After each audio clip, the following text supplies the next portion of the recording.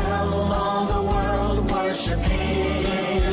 In all the nations, in all the world, where He sends me, yes, I will go. I will go where You lead me. I will go where You lead me. Who will go for us? I will go. I will go where You lead me. I will go where You lead me. Here am I, send me, Lord. I will go. I will go. I will go. Who will go for us? I will go. I will go. I will go. Here am I, send me, Lord. I will go. I will go. I will go. I will go.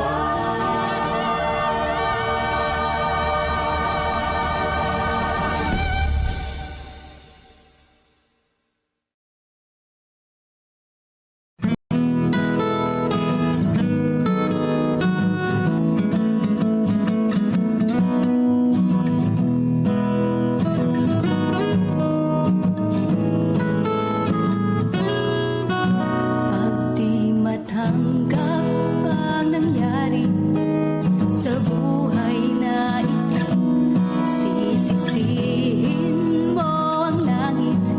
Sana daramang kay pait at papatak na lang ang luha nang di sinasadya at hahanap ng malasakit kung saan-saan pipihit.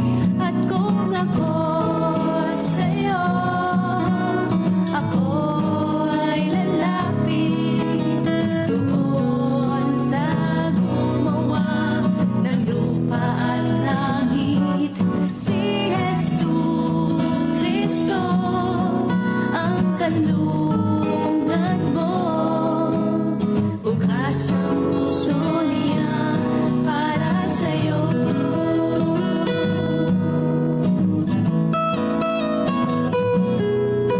Pag lumipas na ang oras, lahat magwawakas. Matatapos ang paghihirap, kalwalatian ang haharap. At titingin ka sa likod mo't magbabalik na lang. Makikita mong malinaw at ang lahat mapupukaw. At kung ako sa'yo, ako ay lalapit doon sa gumawa ng lupa at langit. Si Jesucristo ang kanlungan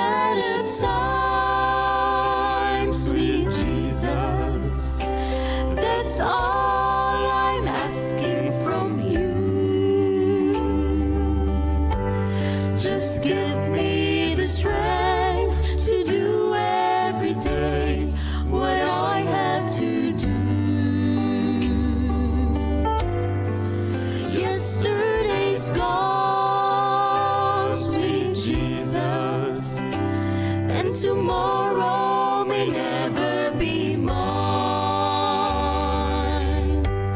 Lord, help me today, show me the way, one day at a time. Do you remember when you walked among men? Well, Jesus, you know, if you're looking below, it's worse no than death.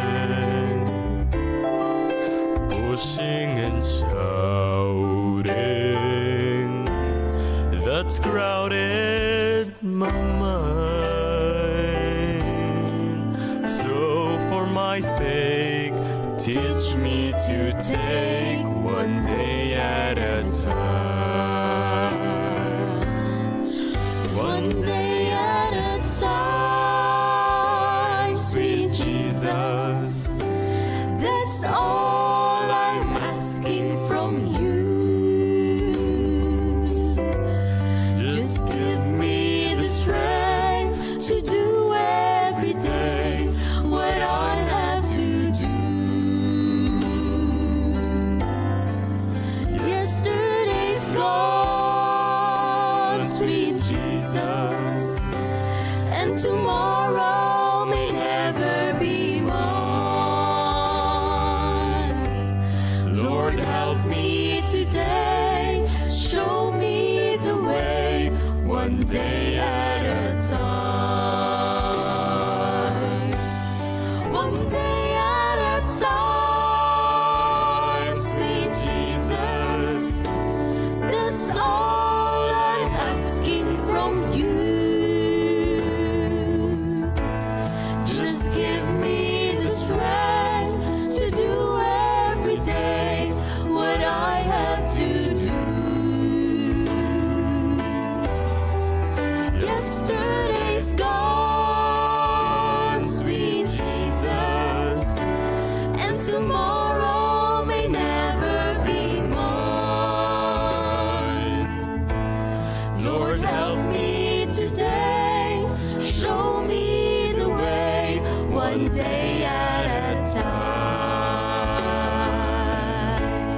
Lord, help me today, show me the way, one day at a time. Lord, help me today, show me the way, one day at a time.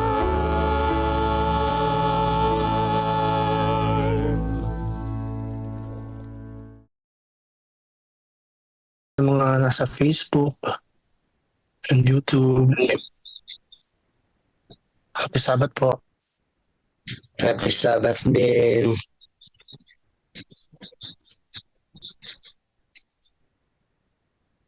Sa YouTube natin, Sir Raymond, anong pinakaano natin sa YouTube?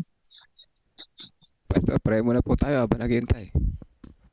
Ay, salamat sa reminder. Sige po, habang tayo naghihintay, tayo po ay manalangin.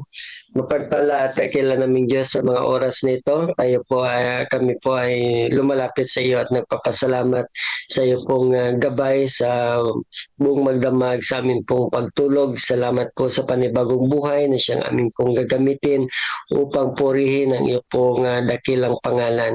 Sa oras nito, Panginoon, sa amin pong programa, ang amin pong dalangin, ikaw siya manguna sa amin. Gayon din, ikaw ang siyang mapuri nawa namin sa buong programa namin pong gagawin sa God First Morning na ito. At pagpalain ng aming mga kaibigan na nanonood sa Facebook, sa YouTube, at yun din kasama namin sa Zoom platform. Panginoon, na pagkatapos po ng aming pong mga pag-aaral ay lalo pong magkaroon kami ng matibay na pananampalataya sa iyong dakilang pangalan. Maraming salamat sa pagdinig po ng aming dalangin. Yun din po sa pagpapatawad ng aming kasalanan sa pangalan ng aming Panginoon. Amen. Amen. Ayun. Pastor, nakita niyo na po, Pastor? Ay, Ito na, ngayon na po. Thank you so much po, Sir Edmond. Apo. At Nakita ko na po si Pastor Jomer eh. Siya po yung original. Na host po. Ayan na po siya, Pastor. Sige po. Sige po. Salamat po sa siya na inyo po. pong leadership. Apo. Okay. Sige po. Okay, thank you. Okay. Thank you, Pastor. Magandang umaga po sa ating mga minamahal na mga kapatid. At tayo ho ay nandito muli sa ating pong God First Morning program. So welcome po sa ating lahat. Sir Edmond, Brother Edmond, pwede na ba tayo magsimula? Apo, Pastor. Nag-opening prayer na po. Okay. So, sa ating pong programa ngayong umaga po ay darako na po tayo sa ating pong Bible reading. At ang ating pong Bible reading ay si kapatid na Vanessa Cruz. At ang ating pong Bible book, chapter and verse ay nasa Deuteronomy chapter 11 po tayo, Brother Edmond, ano? Tama po, Pastor. Oo. So atin pong anyayahan si kapatid na Vanessa para tayo po ay pangunahan sa atin pong pagbabasa ng atin pong aklat mula po sa banal na kasulatan sa kabanata 11 ng aklat po ng Deuteronomio. Nandito na po ba sa ating kalagitnaan ngayon si kapatid na Vanessa?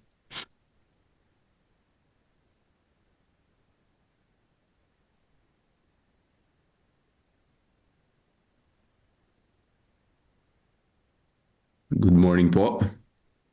Parang wala pa po, Pastor eh. Oo, parang wala pa siya, no? So, siguro atin pong anyayahan si Pastor Noel Bernales.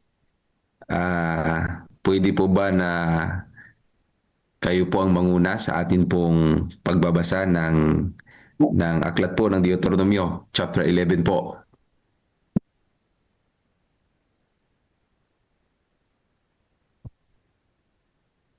Okay lang, Pastor. Okay lang. Okay, sige po. Ibigay na po natin ang pagkakataon sa inyo para po sa ating Bible reading, Pastor. Maraming salamat po. So atin pong anyayahan ng mga kapatid na may mga banal na kasulatan. Atin pong samahan o sama-samang buklatin po ang aklat ng Deuteronomio Kapitulo 11 para po sa atin pong Bible reading ngayong umaga. Ngunit tayo po ay papangunahan ng ating pong butihing pastor, Pastor Noel Bernales, para po sa Bible reading po ngayong umaga. Sa inyo na po ang pagkakataon, Pastor Noel. Sige po, Pastor. Okay.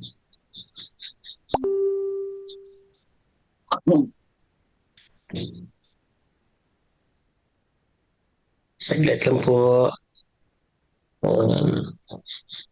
Tingnan ko muna. Ayun. Deuteronomy chapter 11. Ano po ang pagpapala ng pagsunod kay Yahweh. Kaya nga, ibigin ninyo ang Diyos ninyong si Yahweh. At sundin ninyong lagi ang lahat ng kanyang bilin, tuntunin, batas at utos. Tandaan ninyo ngayon ang kanyang mga pagtutuwid sa inyo. Alam ninyo ito sapagkat nasaksihan mismo ninyo, hindi tulad ng inyong mga anak na hindi dumaan sa mga ito. Nakita ninyo ang kanyang kadakilaan at kapangyarihan. Ang mga kababalaghan at lahat ng ginawa niya sa Faraon at sa buong Ehipto. Nasaksihan din ninyo ang ginawa niya sa buong hukbo ng Ehipto, pati na sa kanilang mga karwahit kabayo. Nilunod sila ni Yahweh sa dagat na pula. Nang kayo'y habulin nila, hindi rin kaila sa inyo ang ginawa niya nang kayo'y nasa ilang hanggang makarating kayo sa lugar na ito. Nakita ninyo ang ginawa niya, kina Dan at Abiram, mga anak ni Ilab at apo ni Ruben. Pinabukan ni Yahweh ang lupa at ipinalamon sila ng buhay, pati na ang kanilang mga kasama at sambahayan at lahat ng bagay na kaugnay ng kanilang ginawa. Kitang-kita ng inyong mga mata ang lahat ng mga kababalagahang ginawa ni Yahweh. Kaya't sundin ninyo ang lahat ng utos niya na ipinagpapaalala ko sa inyo ngayon upang magkaroon kayo ng lakas na sakupin at aralin at ariin ang lupaing papasukin ninyo. Dahil dito, mabubuhay kayo ng matagal sa lupaing ipinangako ni Yahweh sa inyong mga ninuno at sa kanilang magiging lahi, ang lupaing mayaman at sagana sa lahat ng bagay. Ang lupaing titirahan ninyo ay hindi tulad ng lupaing iniwan ninyo sa Ehipto. Doon, ang hinahasikan ninyo ay kailangang patubigan at diligin tulad ng hardin. Ngunit ang lupaing pupuntahan ninyo ay laging inuulan, maraming burol, at malawak ang mga kapatagan. Ang lupaing iyon ay palaging inaalagaan at binabantayan ng Diyos ninyong si Yahweh. Kaya nga, kung susundin lamang ninyo ang utos na sinabi ko sa inyo ngayon, ibigin ninyo ang Diyos ninyong si Yahweh at paglingkuran ng buong puso't kaluluwa. Sa tamang panahon ay paulanin niya sa lupaing iyon at magiging sagana kayo sa pagkain, inumin at langis. Pananatilihin ninyang sariwa ang damo para sa inyong mga alagang hayop upang kayo ay sumagana sa lahat ng bagay. Ngunit mag-ingat kayo, huwag kayong padadaya, huwag kayong sasamba ni maglingkod sa mga Diyos-Diyosan. Kapag tinalikuran ninyo si Yahweh, kapuotan niya kayo. Isasara niya ang langit at hindi ito paulanin. Kapag nangyari ito, mamamatay ang inyong mga pananim at malilipol kayo sa mabuting lupaing ibinigay niya sa inyo. Itanim nga ninyo ang mga utos nito sa inyong mga puso't kaluluwa. Ipulupot ninyo ito sa inyong mga kamay bilang tanda at itali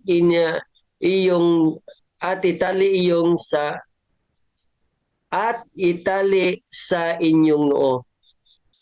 Ituro ninyo ito sa inyong mga anak.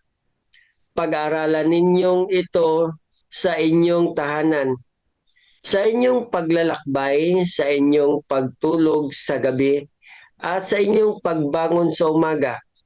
Isulat ninyo ito sa mga hamba ng pintuan ng inyong bahay at tarangkahan upang kayo at ang inyong mga anak ay mabuhay ng matagal sa lupaing ipinangako ni Yahweh sa inyong mga ninuno. Manatili kayo roon hanggat ang langit ay nasa ibabaw ng lupa. Kapag sinunod ninyong mabuti ang kanyang mga utos, inibig siya ng tapat, sinundan ang kanyang mga landas, at nanatili kayo sa kanya. Palalayasin niya ang mga tao sa lugar na titirahan ninyo. Masasakop ninyo ang lupain ng mga bansang mas malaki at malalakas kaysa inyo. Kung magkaganon, ibibigay niya sa inyo ang lahat ng lupang tapakan ninyo. Masasakop ninyo mula sa ilang hanggang Libanon at mula sa ilog Euphrates sa gawing silangan hanggang dagat Mediteraneo sa gawing kanluran. Walang makatalo sa inyo tulad ng pangako ng Diyos ninyong si Yahweh. Sisidlan niya ng matinding takot ang lahat sa lupaing pupuntahan ninyo. Sa araw na ito, bibigyan ko kayo ng pamimilian, pagpapala o sumpa.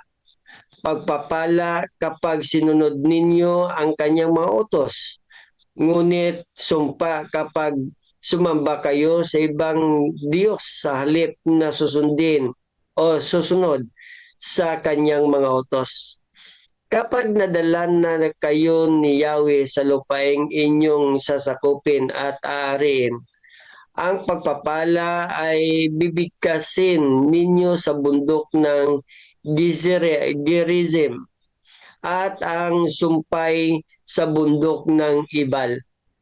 Ang mga ito'y nasa silangan ng Hordan, sa tapat ng Gilgal, sa tabi ng Insinar ng More, sa lansangang kanluran sa lupain ng mga Kananeo sa Arab. Malapit na kayong tumawid ng Hordan upang sakupin ang lupaing ibinigay sa inyo ni Yahweh. Pagdating ninyo roon, sundin ninyong mabuti ang lahat ng mga utos at tuntuning inilahad ko nga sa inyo. Amen. Ito po ang ating reading, mga kapatid. Napakaganda. Amen. Amen. Amen. Thank you so much, Pastor, sa inyo pong pagbabasa Amen. ng atin pong Bible reading sa umaga pong ito, mga minamahal na mga kapatid. So, sa mga naririto po ng mga minamahal na mga kapatid at ng mga taga-subaybay, ay tunghayan ang atin pong mga refleksyon mula po sa inyo at mula po sa ating napakinggan. Ano po ang inyong mga maibabahagi, mga minamahal ko mga kapatid, doon po sa binasa natin o sa atin pong napakinggan dito po sa aklat ng Deuteronomio. Maaari na po tayong magsimula sa pagbabahagi ng atin pong mga refleksyon po, mga minamahal.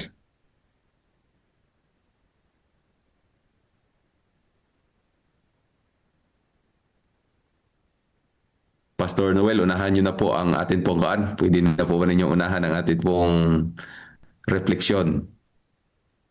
Sige po, Pastor. Sige po, sige po. Ang akin pong reflection dito ay nasa tatlong bahagi. Una, nakikita ko dito ang ang kahalagahan, no? The importance of remembering God's action. Pinakita dito sa ating verse kanina na talagang pinaalala sa mga Israelites yung lahat na ginawa ng Panginoon. Napakahalaga nga po kasi talaga na ating pong alalahanin. Kaya yung Bible, napakahalaga din na ating pong basahin kasi ito po yung mga past na mga nangyari sa mga heroes of faith natin na magpapalakas din sa atin. Dito pinaalala ko dito sa aklat ng Deuteronomy na kailangan alalahanin nila mula dun sa pagligtas ng Panginoon sa mga Israelites sa Ehipto, sa pagiging alipin hanggang sa pagtawid sa dagat na pula, lahat-lahat na ginawa ng Panginoon. Kailangan ho nilang maalala yon. Sa atin din, yun din ang ating kailangan din na maalala, manatili sa ating isipan kung nais nating sumunod sa Panginoon. Yung mga bagay na ginawa ng Panginoon mula sa paglalang niya sa sanlibutan hanggang na tayo ay binigyan niya ng kaisipan, ng muwang sa mundong ito. Dapat nating maalala yan. Kaya nga yung araw ng Sabat ay sabi, alalahanin ninyo ang Diyos na naglalang ng langit at ng lupa. Napakaganda ho na makikita natin na at parati nating alalahanin ng Panginoon ang kanyang kabutihan, ang kanyang pong mga ginawa.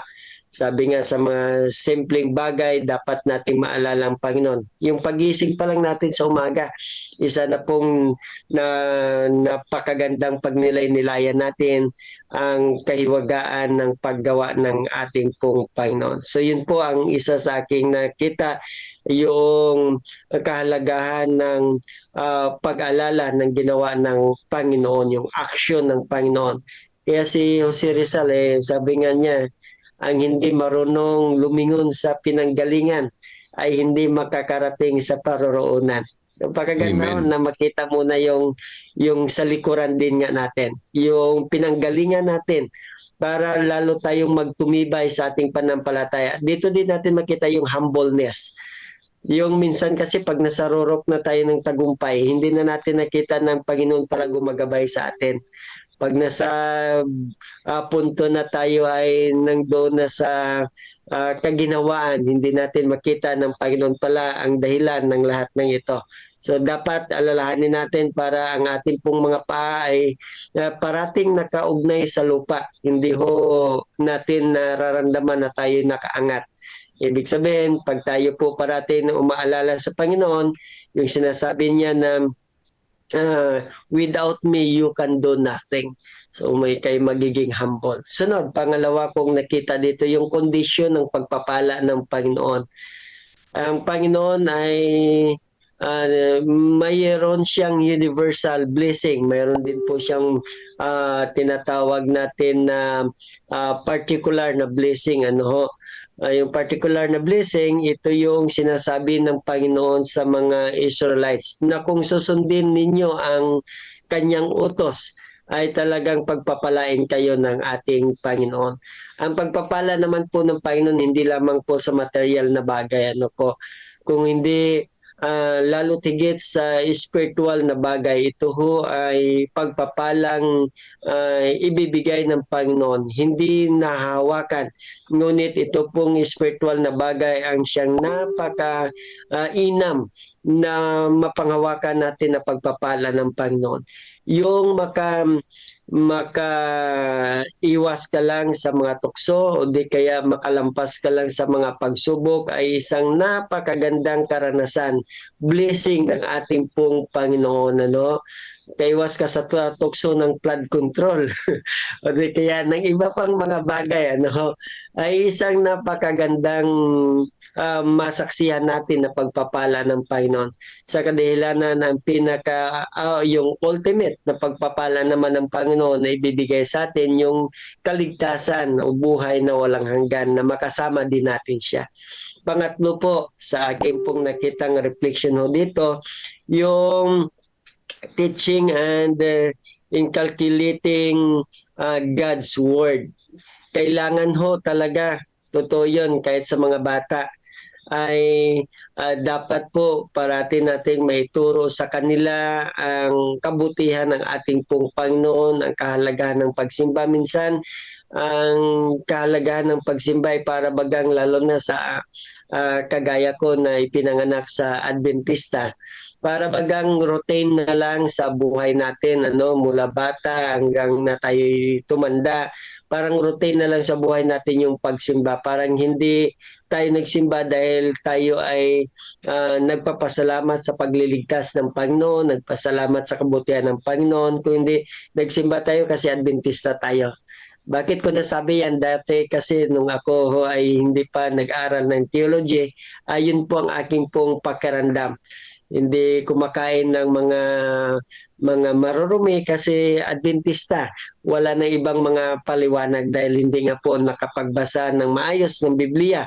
Ako ho ay nabinyagan ng grade 6, hindi pa din po na Bible studyhan kasi sabi nga ng mga tao, mga kapatiran, anak naman ng elder kaya hindi na kailangan Bible studyhan. Pero sa katotohanan, kahit mag-survey po kayo sa mga ipinanganak ng Adventist, mas malalim pa po ang ugat ng mga hikayat kaysa mga ipinanganak sa Adventist. Sa kadahilanan po ay hindi man siguro lahat, pero sa ganung pong kaparaanan o kalimitan nangyayari po ay ang mga ipinanganak sa Adventist ay hindi ganun ka-rooted sa Bible, ano ho.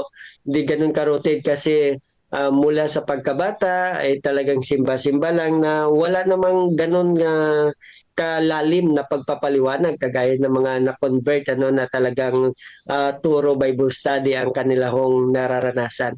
Kaya ho ako nung third year college, nagpa-rebaptize po ako dahil po doon ko pa lang po naramdaman, doon ko pa lang po nakita na talagang ganito pala ang pagiging isang Adventista. So may sulat, sabi nga dito sa Deuteronomy 11 ay may sulat kahit sa kamay, sa puso, sa noo, sa dambana ng pintuan, lahat-lahat. Ang ibig sabihin, yung kahalagahan po na maitanim sa kaibuturan ng ating pong puso ang salita ng Panginoon. Sabi pa nga ng mga malalim na Tagalog, yung sa karuruk-rurukan ng ating puso, maitanim.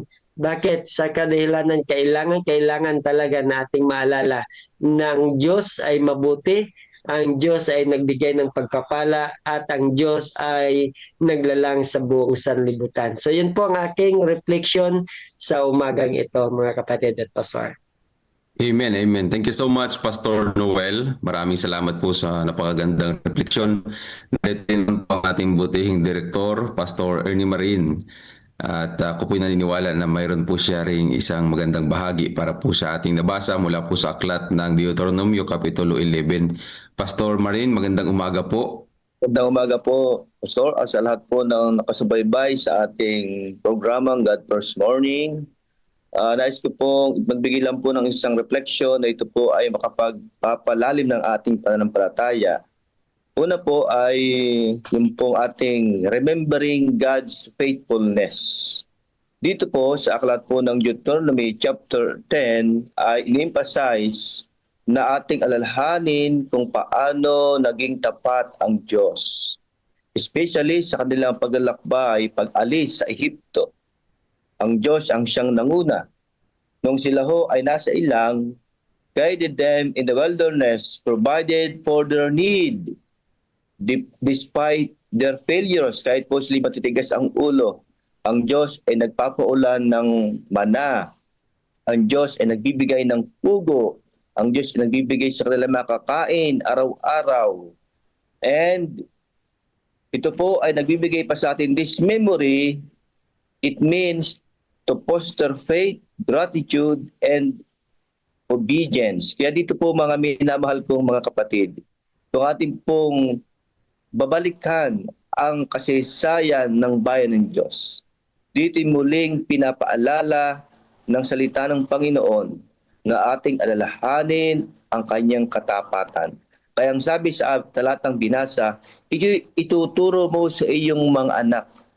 Kaya sa ating buhay, ating pong ituturo kung gaano katapat ang Diyos upang sa kanilang paglaki, sa kanilang paglilingkod sa Panginoon, kanilang maalala na ang Panginoon ay laging tapat upang ang katapatan ng Diyos ay ating maisasalin sa ating mga anak. Kaya mga minamahal ko mga kapatid, pagpalain po tayo sa umagang ito and happy Sabbath to all. Amen. Happy Sabbath. Thank you so much po, Pastor Ernie, sa inyo pong napakagandang ibinahagi. Ang atin pong mga kapatid ay mayroon pong mga ibinahaging mga talata sa atin pong chat box ngayong umaga. Nais ko lang pong bigyang pansin muna ito. Sabi po ng ating kapatid na si Jomar, ang pangako ng masaganang ulan ay ibinibigay sa kondisyon ng pagsunod, mga minamahal ko mga kapatid. At ganoon din po si kapatid na Edmond, kanya pong ibinahagi ang talatang 27 ng Kapitulo 11 sa Deuteronomio. Ang sabi nga po, ang pagpapala kung inyong didinggin ang utos ng Panginoon ninyong Diyos na aking inutos sa inyo sa araw na ito. At ang sumpa kung hindi ninyo didinggin ang mga utos ng Panginoon ninyong Diyos. So yan po yung mga talata sa 27 at 28 na refleksyon po ng kapatid na si Edmond. Ganon din ay may follow-up po si kapatid na Jomar. Ang sabi nga niya po, mga minamahal nating mga taga-subaybay at mga kapatid dito po sa atin po programa ngayong umaga, inilagay ng Diyos ang kanyang bayan sa Kanaan bilang isang matibay na pananggalang upang pigilan ang pag-agos ng moral na kasamaan. Upang, ang sabi nga, ito'y hindi lumaganap sa buong mundo. At sabi pa ni kapatid na Jomar ay kung sila ay naging tapat sa kanya, layunin ng Diyos ng Israel ay patuloy na magtagumpay at manakop. Pagkakaloob niya ang kanilang kamay ang mga ipagkakaloob sa kanilang mga kamay ang mga bansang higit na malalaki at makapangyarihan kaysa sa mga Kananiyo. So, atin pong mapapansin mga minamahal na mga kapatid, no, na ang refleksyon o ang makukuha po nating refleksyon mula sa aklat ng Deuteronomio chapter 11 ay mga magagandang refleksyon na magpapaalala po sa ating pagiging matapat na lingkod po ng ating Panginoon. Dagdag pa nga po ng ating kapatid na siya hong ibinahagi ng kapatid na si Net Lazaro sa talatang 18 naman po, sabi niya, inyong ilagak ang aking mga salita sa inyong puso at inyong itali na pinakatanda sa inyong kamay at maging pinakatali sa inyong noo. At sa 19, at ituro ito sa inyong mga anak at isulat mo sa mga hamba ng inyong pintuan sa talatang 20 upang humaba ang inyong mga buhay. Ang sabi nga, napakalinaw, sabi po ng kapatid na si kapatid Anit, napakalinaw ng mga talata sa ating pagsunod. Mahabang buhay kung hindi natin kalilimutan, ngunit sumpa naman po sa atin kung tayo ay makakalimot at sumunod sa ibang mga Diyos. Opo, napakaganda po nito na paalala sa atin mga kapatid. Alright, so maraming salamat po sa mga nagbahagi ng kanilang pong refleksyon sa ating pong chat box ngayong umaga. Mayroon pa po ba mga minamahal nating mga kapatid na nais na magbahagi ng inyong mga pananaw, ng inyong mga pagmumulay-bulay ng salita po ng ating Panginoon sa umaga pong ito. Mula po sa aklat ng Deuteronomio Kapitulo 11. Meron po ba mga minamahal na mga kapatid? Habang tayo po'y nag-aantay pa sa ibang mga kapatid na nagbubulay-bulay sa kanila pong mga kinalalagyan, nais ko lang din pong magdagdag sa inyo dito po sa atin pong aklat na ito. So, oo nga po mga kapatid, no? May paalala po ang ating Panginoon ay pinaalalahanan, si Moises ay pinapaalalahanan po ang mga Israelita na katulad po ng sinabi ng ating pong butihing pastor na yung salitang katapatan, maging tapat po sila mga kapatid. At binahagi po ng ating pong ibang mga kapatid na nandirito yung pagsunod sa kanyang kautusan ay napakahalaga. At alalahanin po yung salitang katapatan na mayroon tayo para po sa ating pong Panginoon sa buong panahon po ng ating paglilingkod at pananampalataya po sa ating Panginoon. Kagaya po ng Israel, ano po mga kapatid, ay sila po hinihikayat na maging tapat sa buong panahon ng kanila pong paglalakbay. Kaya po binibigyang diin sa talata po natin na may pagpapala tulad ng ating mga nabasa kanina, katulad ng ibinahagi ng ating mga kapatid sa chatbox, may pagpapala po sa pagsunod at mayroon naman pong kapahamakan sa pagsuway po mga minamahal po ng mga kapatid. Hindi ho natin maikaila sa atin pong buhay ng palataya at paglilingkod na may mga instances po na tayo ay nag-iiba ng direksyon mula doon po sa kung ano ang tinatawag po nating plano o panukala ng Diyos sa buhay ng isang mananampalataya.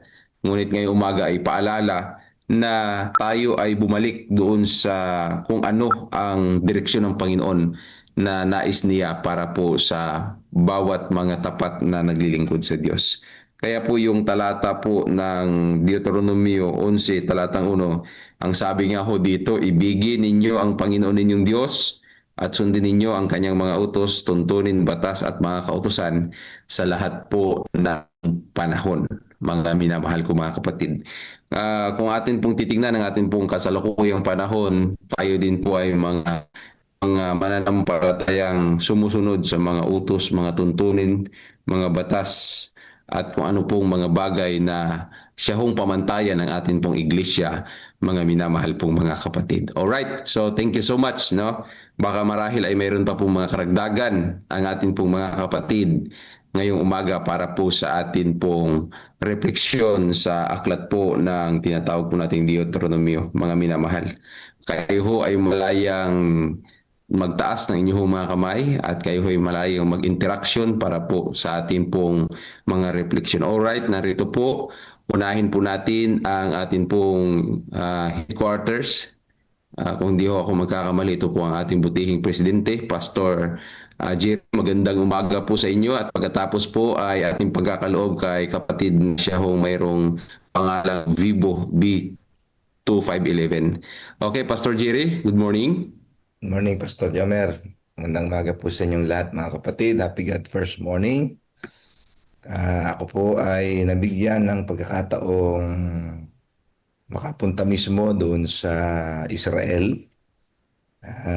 Personal ko pong nakita ito pong paglalagay ng Shema, yung ito pong Hear ye, O Israel. Sabi, pakinggan mo, O Israel. Ang Panginoon nating Diyos ay iisa. Iibigin mo ang Panginoon mong Diyos ng buong puso mo, ng buong pag-iisip mo at ng buong lakas mo. Ito po mga kapatid ay talagang literal na nakalagay sa kanilang mga kanang kamay. Tapos yung kanilang mga bahay, mga kapatid, meron silang yung pinaglalagyan nito talaga. Seryoso po talaga sila dito. Inilalagay po talaga nila ito. Ang malaking naging pagkukulang talaga ng literal na Israelita, mga Israelites, yung pong dumating yung tunay na pagpapala, yung nagbibigay talaga ng pagpapala, nireject nila. Yun po yung malaking naging pagkukulang po nila. Naging after po sila doon sa pangako ng lupain ay didiligin ng ulan upang maging mabunga. Yung mga pastulan nila ay makakakain ng damong sariwa. Naging interesado sila ng higit sa tagumpay na ibibigay. Pero noong pong dumating ang pangako na Misaya, nireject po nila. At hanggang ngayon mga kapatid ay malaking problema at suliranin ng Israelites. Hanggang sa ngayon ay meron pa rin pong mga taong tunay na tinatanggihan at ayaw nilang tanggapin si Jesus na kanilang na tagapagligtas at kanilang tunay na pagpapalang tatanggapin. Si Jesus ang tunay na pagpapala, ang kaganapan ng lahat ng pagpapalang ipinangangako. So, yan po yung pagkakaiba natin mga kapatid. Tayo, ang puso natin ay natuli ng banal na espiritu. Nagkaroon tayo ng karanasan ng conversion sa pagtanggap ng pagpapalang galing sa langit, the true bread of life. Ang tunay na tinapay ng buhay, ang tunay na tubig ng buhay na pumapawi ng lahat ng uhaw ng ating mga kaluluwa. Ang tunay na tagumpay na natamo natin dahil si Kristo ay dumating na pagpapala sa ating buhay. Alam po ninyo mga kapatid, kung gusto man natin itong gawing seryoso sa atin, yung pagpapahalaga ng mga salitang ito, bakit di po kaya ilagay din natin sa mga refrigerator natin para paalalahanan po tayo, mga kapatid, para paalalahanan po tayo. Hindi yung kung ano-anong mga poster ang nakalagay sa ating sa ating mga dingding at sa ating mga bahay. Bakit hindi ho kaya natin seryosohin talaga upang paalalahanan tayo na dinggin mo o sambahayan ni Estabilyo, gano'n. Ang Panginoong Diyos ay Panginoon nating iisa. Iibigin mo siya ng buong puso mo, ng buong pag-iisip mo, ng buong lakas mo, at ng buong kaluluwa mo. No? Pwede natin din gawin yun mga kapatid. At ilagay po natin ang Panginoong Hesukristo ng totoo sa puso nating lahat at tunay na sa atin ang walang kaparis na pagpapalang hindi kayang palitan ng mga material na bagay. Yaan ay ang pagkatamo ng tunay na katiyakan ng buhay sa kasalukuyan, buhay sa hinaharap, ang buhay na walang hanggan. Dahil si Jesus ay ating Panginoon at tagapagligtas. Salamat po. Amen. Thank you so much po, Pastor Jerry. Amen. At Amen. huli pong bahagi si Brother Romel. Kay kapatid na Romel, atin pong pakinggan ang kanya pong reflection bago tayo darako sa atin pong susunod na bahagi ng atin pong God First Morning program.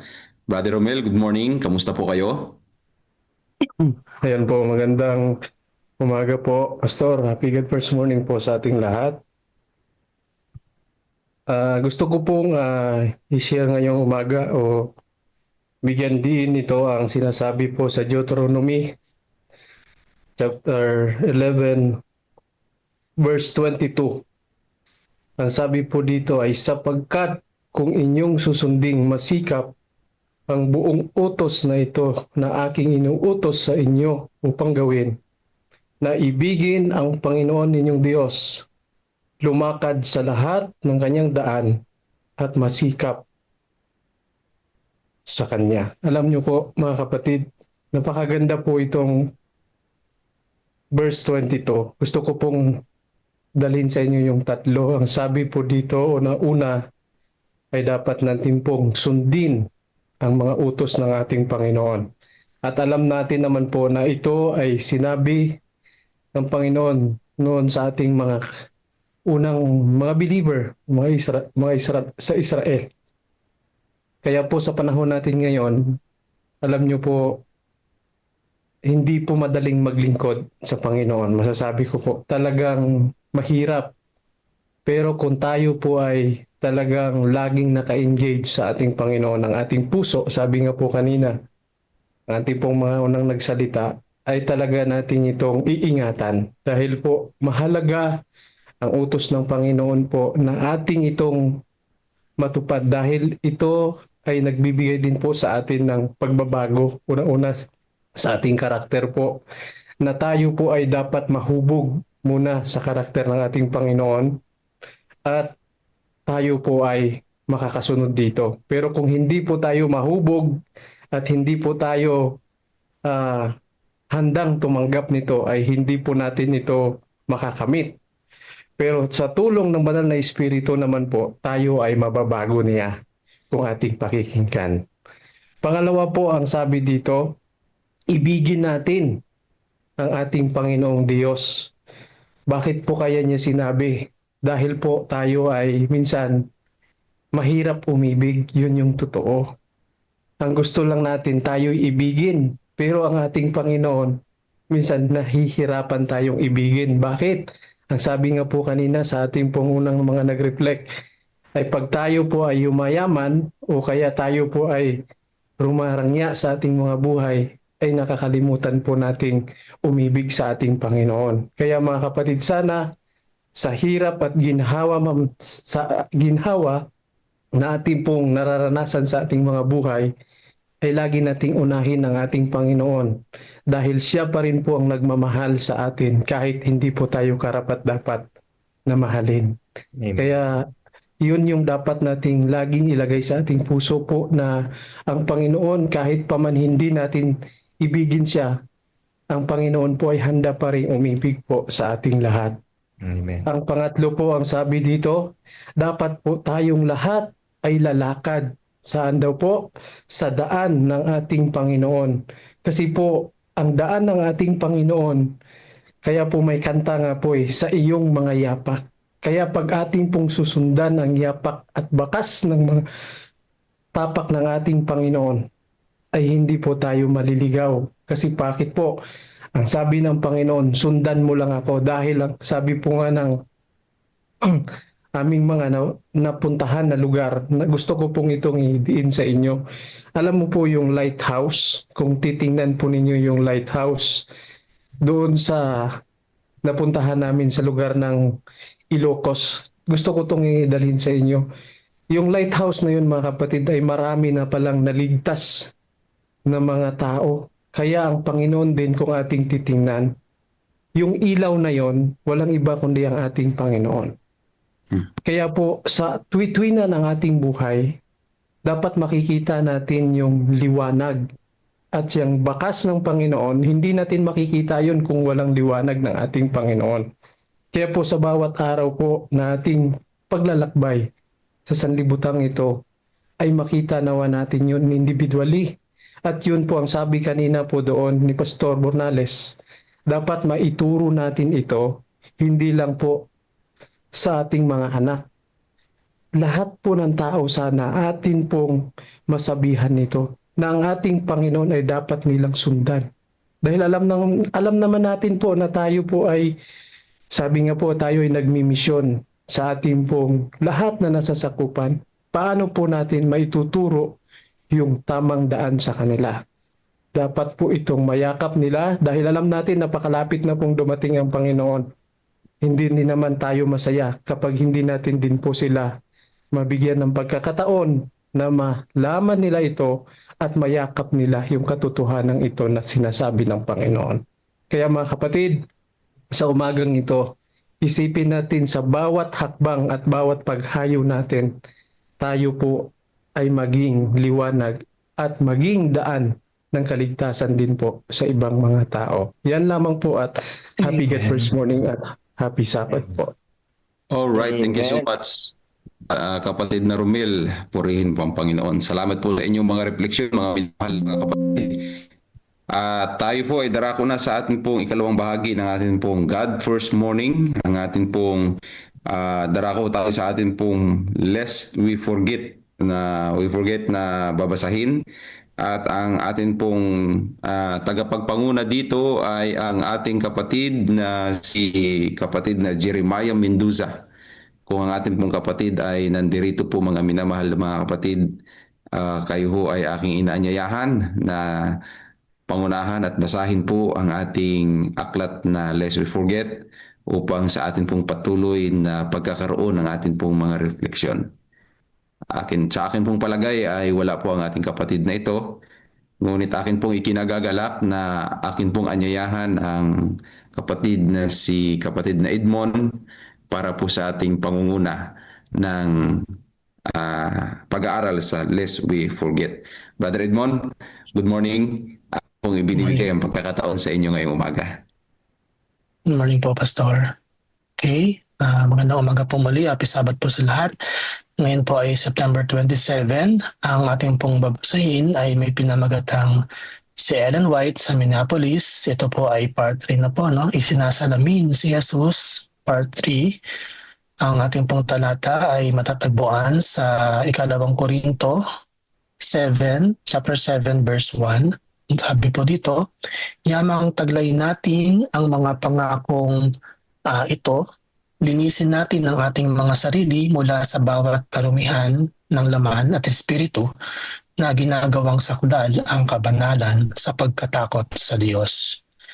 Ang pinakamasama, pinakamalubha ay ang kakulangan ng pag-ibig at ang kakulangan ng pagmamahal para sa isa't isa. Iyon ang sinabi ni Mrs. White sa mga delegado, ay siyang inilahad ng Diyos sa akin at nais kong sabihin sa inyo na kung mayroong kapanahunan na kailangan nating ibaba ang ating mga sarili sa harapan ng Diyos ay ngayon na. Inaral na gawain ni Satanas na panatilihing malayo sa ating mga puso ang pag-ibig ni Kristo. Napakaraming seremonya at anyo. Ang kailangan natin ay pag-ibig ni Kristo, ang mahalin ang Diyos ng una sa lahat at ang ating kapwa ng paggaya sa ating sarili.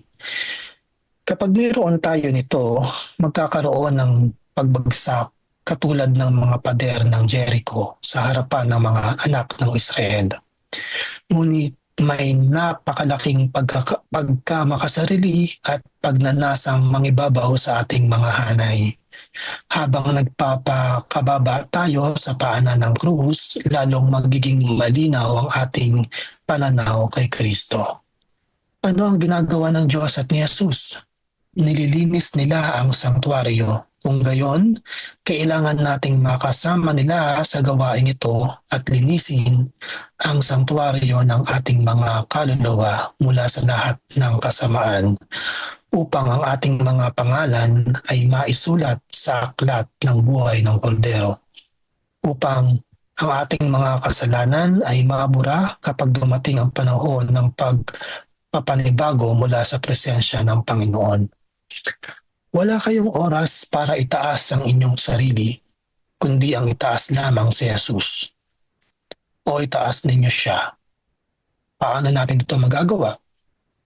Naway itulot ng Diyos ng kalangitan na bumaba sa inyong mga puso ang kanyang kapangyarihan upang magkaroon tayo ng mga tamang karakter at mga dalisay na puso at malaman kung paano gumawa para sa mga may karamdaman at nagdurusa. Sa sandaling minahal natin ng Diyos ng ating buong puso at ang ating kapwa na kagaya ng ating mga sarili, gagawa ang Diyos sa pamamagitan natin. Paano tayo makakatayo sa panahon ng huling ulan? Tanging kapag mayroon tayo ng kanyang pag-ibig. Ang pag-ibig ni Kristo sa puso ay may higit na magagawa para hikayatin ang mga makasalanan kaysa lahat ng mga sermon na maipapangaral mo. Ulitin ko po.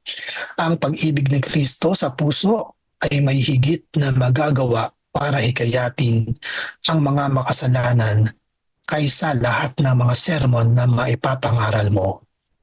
Ang kailangan natin ay makuha ang pag-ibig ni Kristo upang pag-aralan natin ang Biblia at malaman kung ano ang sinasabi ng kasulatan.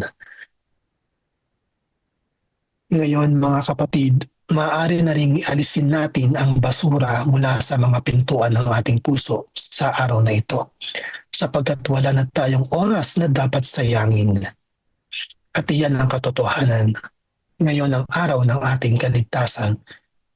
Magsiluhod kayo, O Israel. Ito pong panalangin, Ama namin na nasa langit, nitong mga nakalipas na ilang araw, napag-alaman ko ang pagiging sentro ng pag-ibig sa tunay na Kristyanismo. Tulungan mo ako sa araw na ito na maging higit na mabungang daluyan ng inyong pag-ibig sa aking sambahayan, sa aking trabaho. At yun naman po mga trabaho. Yun naman po mga kapatid. Amen. Napakaganda po ng ating pong binasa mga kapatid. Tinuturo lamang po tayo sa pag-ibig ng ating pong Panginoon at kung amin po siyang iniibig ay naroon po ang pagsunod kagaya po ng ating pong nabasa kanina sa Deuteronomy chapter 11. So sa ating pong pananampalataya ay pinapaalala naman po sa atin mga kapatid na ang Panginoon ay may pangako ng kaligtasan, pangakong pagiging anak niya, buhay na walang hanggan. Pero tayo po bilang kanya po mga anak ay mayroon pagtugon, no? Meron tayong dapat na response na hindi lamang tayo tumatanggap ng biyaya kundi tinawag din tayong mamuhay ng banal, mamuhay ng malinis at mamuhay ng may pag-ibig sa kanya. Unang-una, put God first at susunod ang pag-ibig natin sa bawat isa sa ating pong mga kapwa. No? Gaya ng ating pag-ibig sa ating mga sarili. So, gaya po ng ating pong palaging binabanggit, put God first. No? Ang pag-ibig ni Kristo ang unang ibinigay, o ang pag-ibig po niya ang unang ibinigay sa atin. Kaya naman tayo ay dapat na umibig sa ating pong Panginoon at lahat po ay everything will follow, no? So yung ginagawa po nating pag-aaral, ginagawa po nating God First Morning, COP, no? Pagbabalik at pag-aandog ay ito lamang po ay isa mga paraan ng pagtugon natin at pagpapakita ng ating pong iniibig ang ating pong Panginoon. Sinasalamin po natin si Jesus na siyang unang umibig sa atin. Maraming salamat po. Happy Sabbath po muli. Amen. Amen. Thank you so much po. Okay, maraming salamat po, Brother Edmond, kapatid, sa napakagandang babasahin na ating po napakinggan at ganoon din po sa inyong ibinahaging refleksyon. Tayo ho ay mayroon pang nakalaang oras para po sa ating refleksyon sa ating pong napakinggan at nabasa mula po sa aklat na Lest We Forget. Meron po ba kayong mga gusto pang idagdag, mga minamahal mga kapatid, para po sa karagdagang pagbubulay-bulay po natin ngayong umaga? Si kapatid na Net po, ang sabi niya, pansin po natin na ang atin pong binabasa tuwing umaga ay kaugnay sa atin pong morning devotional message. Ang sabi nga ho ay alisin ang lahat ng basura sa ating puso upang ito'y maging empty na at papasukin ang ating Panginoon sa ating puso, upang maging daluyan naman tayo ng pag-ibig ng Diyos mula sa ating tahanan at labas ng ating tahanan at papunta po sa ating mga kapwa-tao. Ayan po mga kapatid, okay? So ipinapakita po dito sa ating pong refleksyon na alin po na kailangan ho nating maranasan o nasa buhay ho natin ang pag-ibig ng ating Panginoon para ho tayo ay makatayo sa huling mga kapanahunan pong ito. Alright, thank you so much po sa mga napakagandang refleksyon pong ito. At ganun din naman, amen, sa mga atin pong napakinggan. Anymore po mga kapatid, meron pa po bang mga karagdagan na kayo po ay nais na ibahagi para po sa ating nabasa at napakinggan ngayon po umaga, mga minamahal po mga kapatid? Meron pa po tayong ilang minuto na naiiwan para po sa ating pong mga refleksyon.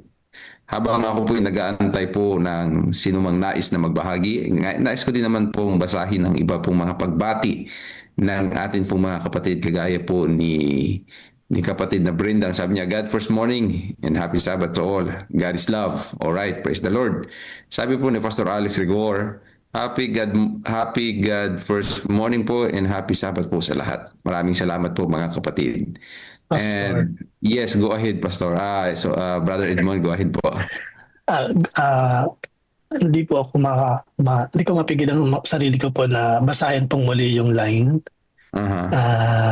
Ito po yung inulat ko po kanina. Sa sandaling minahal natin ang Diyos ng ating buong puso at ang ating kapwa na kagaya ng ating mga sarili, gagawa ang Diyos sa pamamagitan natin. Ibig po sabihin, hindi pa rin po yung sarili natin, no? Ang gagawa pa rin na yung Panginoong Diyos, no? So hindi sa ating mga sariling effort, hindi sa ating sariling mga kakayanan, might, o hindi sa ating sariling credit, no? Ang Panginoon pa din ang siyang nangunguna at gumagawa sa atin. Po. Salamat po. Puri ng Panginoon. Yeah.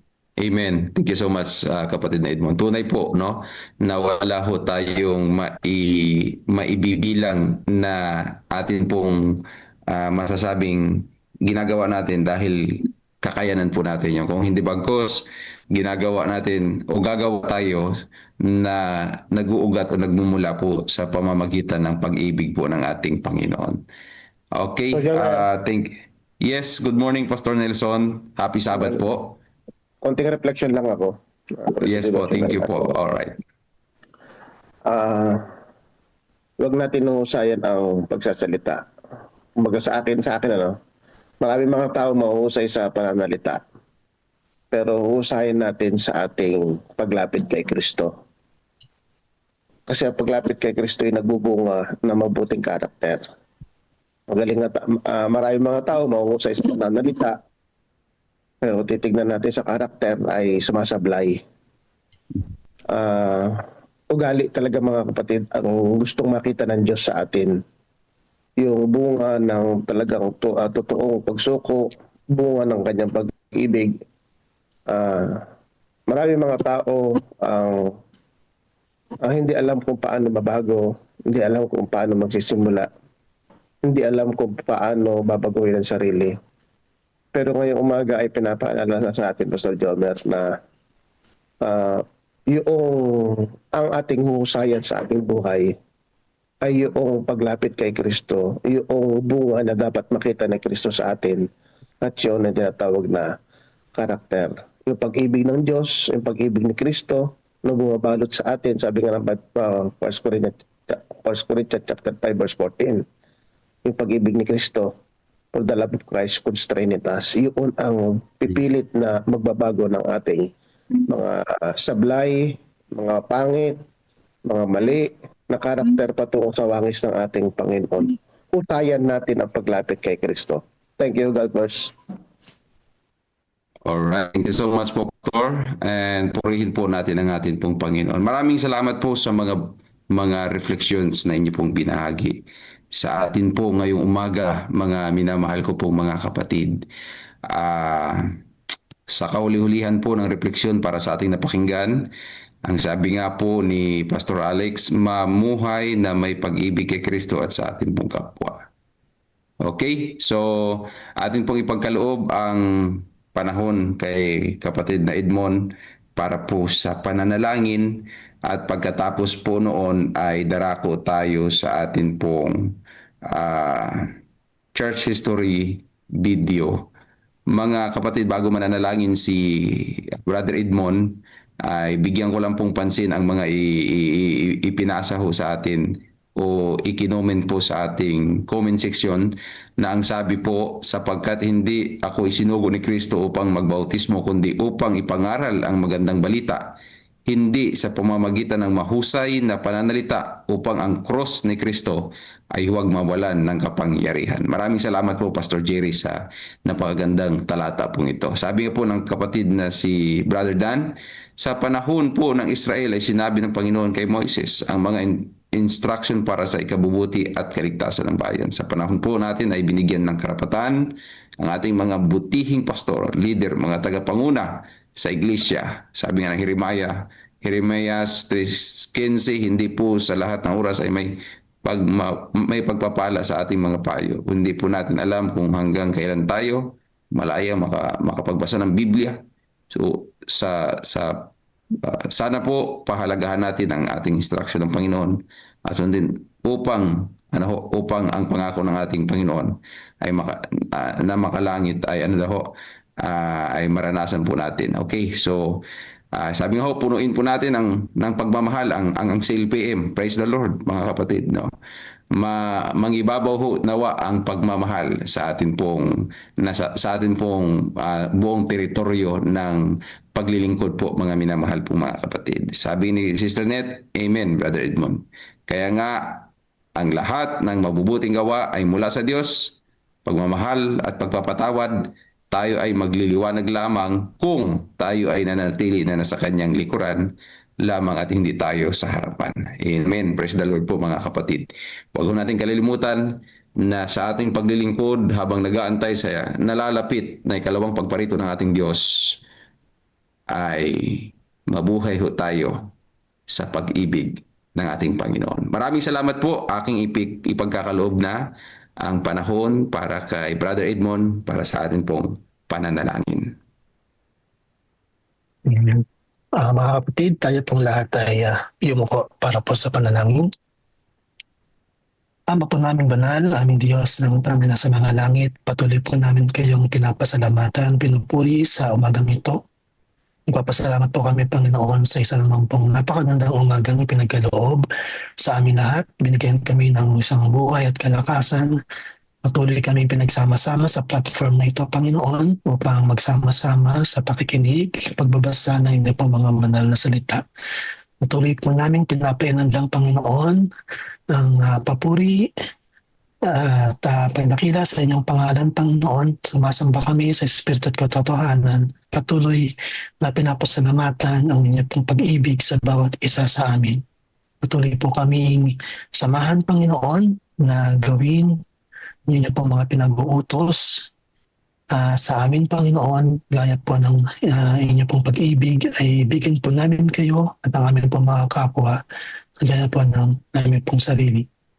Panginoon, salamat po sa mga katotohanan, sa mga mensahe na amin pong napapakinggan sa kada umaga at patuloy po namin itong maisabuhay sa aming pong paglakad, paghahalyo at pagbabahagi sa iba habang po kami naghihintay sa ikalaban ninyong pagpapalik, Panginoon. Patuloy po namin kayong inaanyayahan na samahan po kami sa aming pong programang ito hanggang po mamaya at sa buong maghapon po ng araw ng Sabat na amin pong pagsamba sa inyo sa amin pong gagawin saan po kami magpunta. Ano po amin pong paglilingkuran Panginoon, samahan po kami, inyo po kaming patuloy na pangunahan sa amin pong paggawa sa buong maghapon. Panginoon, salamat po sa inyo pong pagpapatawad sa aming mga pagkukulang, pagkakasala, pagmamalabis, at gawin ko po kaming karapat-dapat na lumapit po sa inyo araw-araw. Maraming salamat po, Panginoon, sa inyong pagtugon sa lahat po na aming pong panalangin. Ito po ang aming dalangin sa pangalan po ng aming pong Panginoong Jesus. Amen. Amen. Thank you so much.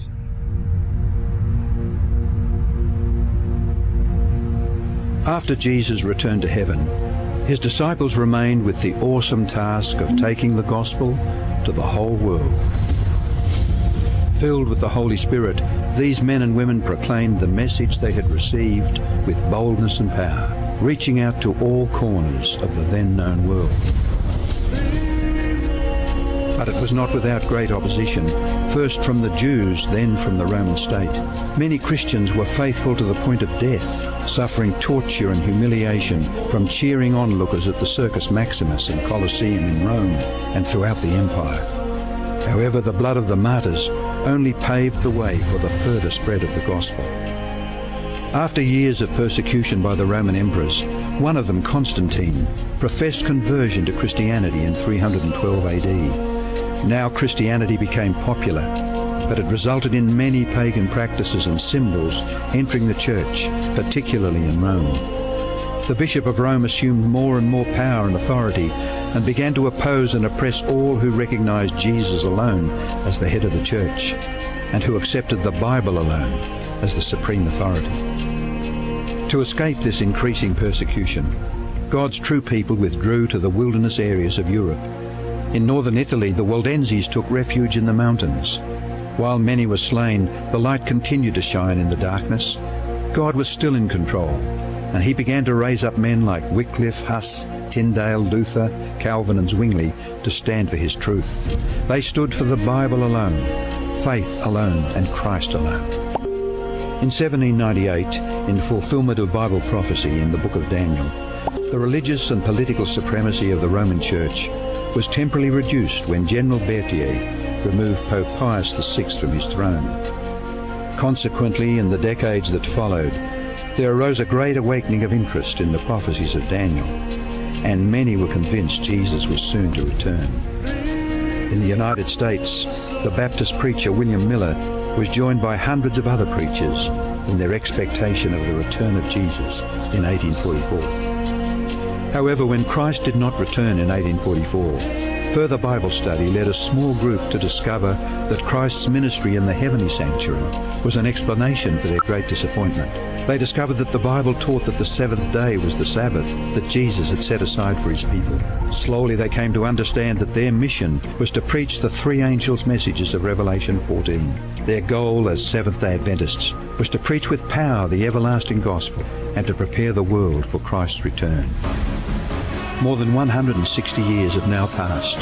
Years that have brought 2 world wars, numerous military campaigns, financial depressions, the rise of atheism and secularism, as well as a booming world population, with natural disasters increasing in frequency and intensity. Today, the Church's mission and message is more relevant and urgent than ever in its history. Jesus is coming soon, and the world must be warned. Prepare to meet your God.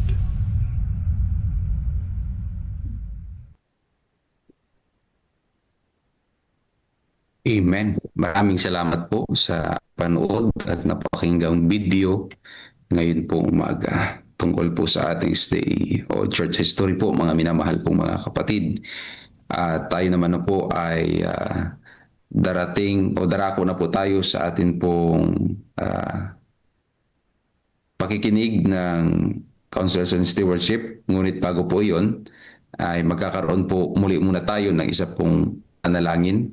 Ang atin pong tagapagpanguna para po sa ating stewardship speaker o ang magbabahagi po ng mga mga salita mula po sa Councils on Stewardship ay ang atin pong butihing pastor na si Pastor John Barido, ang atin pong Youth Director ng Central Luzon Provinces Mission.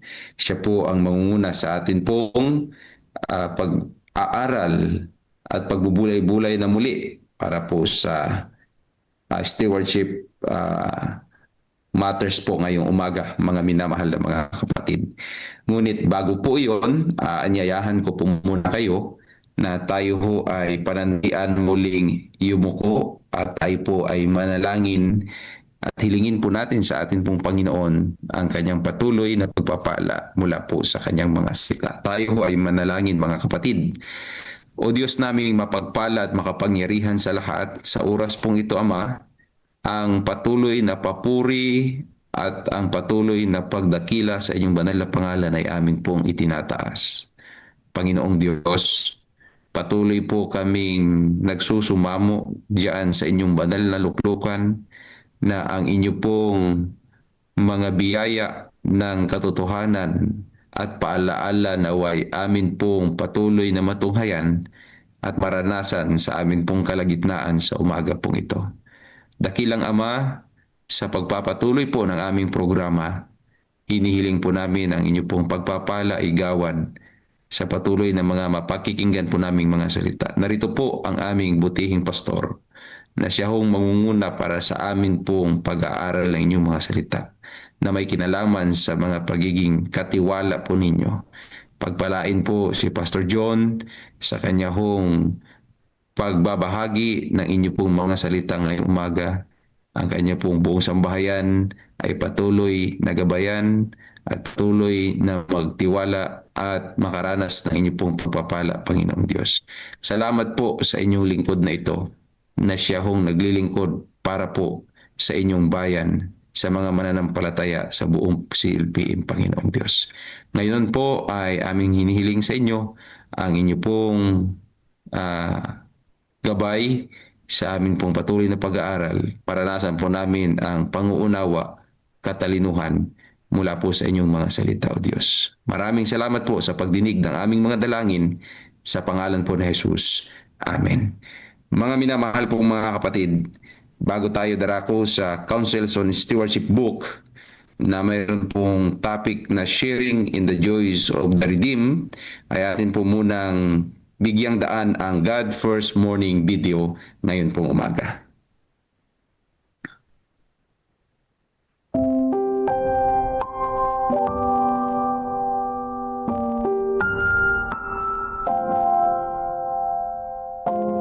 Susubukan ko, September 27.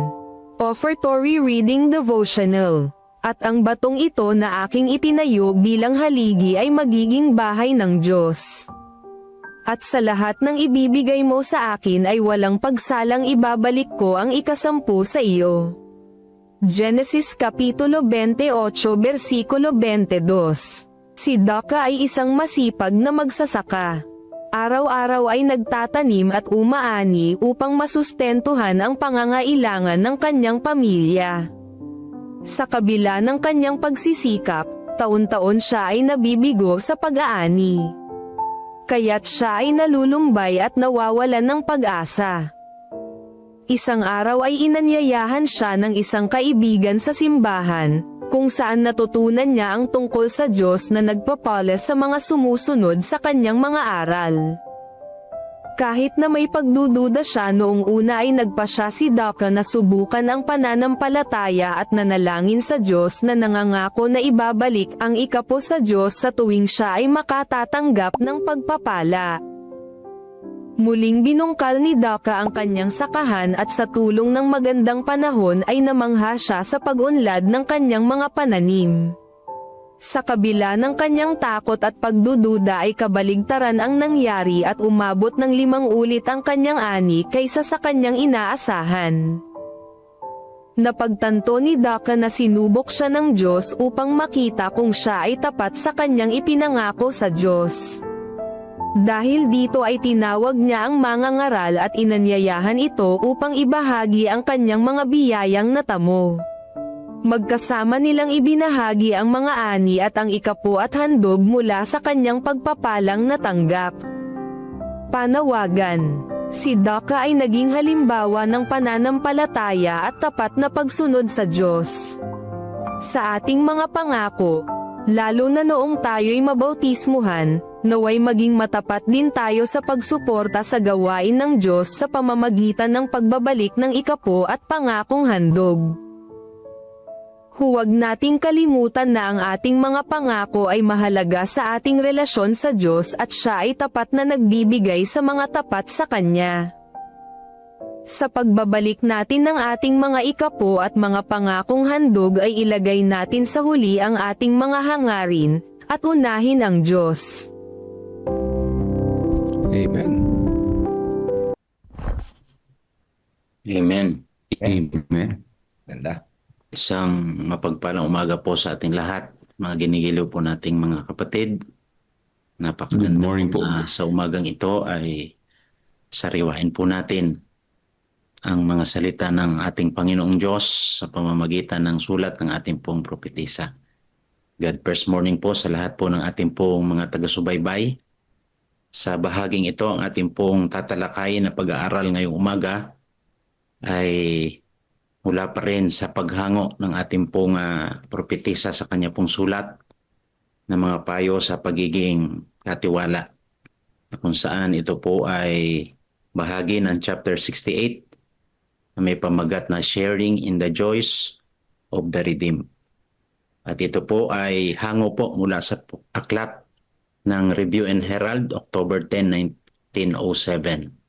Kung titingnan natin mga kapatid ko, ito ay isang napakagandang sulyap ng mga bahagi ng mga taong sumuporta at tumugon sa panawagan ng gawain ng ating pong mahal na Panginoon. Doon po sa mga naligtas, yung pakikibahagi sa kagalakan ng mga tinupos. Bukod doon sa bahagi ng mga naligtas, ay isang magandang tagpo ito na tayo po bilang mga anak ng Panginoon na nakikibahagi sa kanyang banal na gawain ay magiging bahagi din ng kagalakan ng pagkaligtas ng mga naligtas pagdating ng ating Panginoon. Kung titingnan po natin at ating susulyapan ang mga bahagi ng mga kataga ng ating pong sulat, ng ating pong propetisa ay may pagkakakilala na sabi niya ay mayroong pong gantimpala para sa mga tapat at walang pag-iimbot na manggagawa na pumasok sa bukirin ng gawain. Napakaganda po ito mga kapatid ko. Ano po? At sabi po niya sa gayon din sa mga kusang loob na nag-aambag para sa kanilang suporta. Yung dohong mga aktibong paglilingkod sa larangan at yung mga nagbibigay ng kanilang salapi upang itaguyod ang mga gawain ito ay kapwa, ang sabi po ng ating propetisa ay magiging kabahagi sa gantimpala ng mga tapat. Wow, ganda po mga kapatid, ano? Kaya yung po palang ating mga ginagawang pagtitiis, mga sakripisyo, yung pagluha natin minsan doon sa panahon na tayo ay nakikibahagi sa gawain, bagamat may mahirap, kung bakit tayo nagtitiis mga kapatid, nakikita pala natin sa bahaging ito na yung kagalakan na ihanda sa atin ng Panginoon ay isang kapanapanabik na tagpo. Na sa panahon ng ating Panginoong Hesus ay magliligtas para doon sa mga taong nagkaroon ng panahon na ilagak ang kanilang buhay sa gawain ng ating Panginoon, na tayo man din na tumutugon ay magiging kabahagi ng kasiyahang ito. Bawat matalinong katiwala ng kayamanang ipinagkatiwala sa Kanya, ang sabi po ng ating propetisa ay makakapasok sa kagalakan ng Kanyang Panginoon. Yan. Kaya nakakabilib po yung ating pong mga kapatid, na patuloy pong tumutugon sa pangailangan ng gawain na yung kanilang mga tinatangkilik, saan man ito abutin ay kagalakan po nilang ibinabahagi para sa paglilingkod ng ating Panginoon. Nakikita ng Diyos yung bawat paggawa natin sa pakikisangkot natin sa ating gawain. At sa takdang panahon, ito ay magkakaroon ng katugunan sang-ayon sa ating mga ginagawang pagtatalaga para sa kanyang banal na gawain. At sa bahaging ito, kung titingnan natin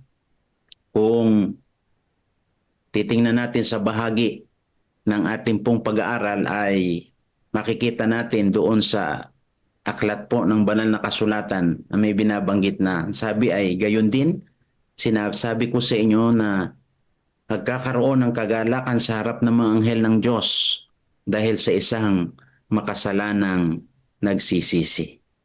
Kung titingnan natin sa bahaging ito ay kinod po ito ng ating pong propetisa sa aklat po ng Lucas Kapitulo 15, ang talata po ay 10, na yung mga nailalapit nating kaluluwa sa harapan ng Panginoon. Isa man yan, dalawa man yan, basta ang punto ng langit doon mga kapatid ay nagagalak sila doon sa mga tao na tumutugon sa panawagan ng Panginoon, makaramdam sila ng pagsisisi at maibabalik sila doon sa layunin ng ating Panginoon at tayo ay nagiging bahagi ng gawain niyaon. Kaya sa bahaging yon, kung titingnan natin, ang sabi pa ng ating propetisa ay magkakaroon ng pinagpalang papuri. Isang banal na pagpapala sa mga tapat na nagwagi ng mga kaluluwa. Makikisama sila sa mga nagdiriwang sa langit na sumisigaw ng narito na ang pag-aani. Kasama kayo sa pag-aani.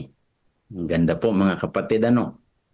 At isang kagalakan dito ay sabi pa, gaano daw ho kalaki ang kagalakan kapag ang mga tinubos ng Panginoon ay sama-samang magtitipon na sa mga tahanang inihanda para sa kanila.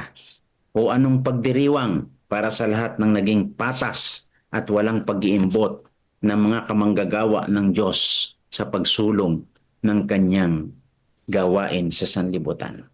Kung titingnan natin mga kapatid ko, mga ginigiliw kong mga taga-subaybay sa ating pong Facebook Live. Yung pagkakataong ito ay isang pagkakataon na kapanapanabik.